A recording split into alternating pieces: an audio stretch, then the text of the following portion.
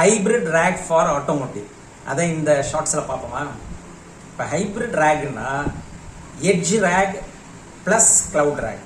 இப்போ இதை வந்து ஒரு சிம்பிளான ஆட்டோமோட்டிவ் யூஸ் கேஸ் ப்ராஜெக்டோட கனெக்ட் பண்ணி அதை செஞ்சு பார்த்தாலே நம்மளுக்கு நல்லாவே புரிஞ்சிடும். ஸோ இந்த ப்ராஜெக்டோட கோல் அப்படின்னா என்னன்னா, local AI decision plus cloud like knowledge retrieval. So இதுக்கு என்னென்ன ஹார்ட்வேர் தேவை அப்படின்னா, ESP32 web camera or phone camera and laptop. சாஃப்ட்வேர்ஸில் பைத்தான், ஓப்பன்சிவி, அதுக்கப்புறம் சிம்பிள் வெக்டார் டேட்டாபேஸ் ஃபைஸ் அல்லது குரோமா டிபி, அதுக்கப்புறம் ஸ்மால் டெக்ஸ்ட் டேட்டா செட். இதில் என்ன பண்ண போகிறோம்?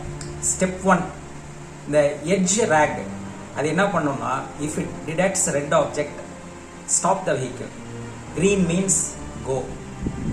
ஸ்டெப் 2, இது வந்து கிளவுட் ரேக். ஸ்கூல் ஜோன்னா ரெடியூஸ்டு ஸ்பீட், வெட் ரோட்னா இன்க்ரீஸ் பிரேக்கிங் டிஸ்டன்ஸ், ஃபாக்னா எனேபிள் ஃபாக் லைட். இப்போ இதெல்லாம் டிடெக்ட் பண்ணுறதுக்கு it uses camera, GPS and HD maps. இவ்வளோதான். இதை நீங்கள் அட்டெம்ப்ட் பண்ணிங்கனாலே உங்களுக்கு ஒரு ஹைப்ரிட் ரேக் பற்றி நல்ல அண்டர்ஸ்டாண்டிங் கிடைக்கும். தேங்க்யூ.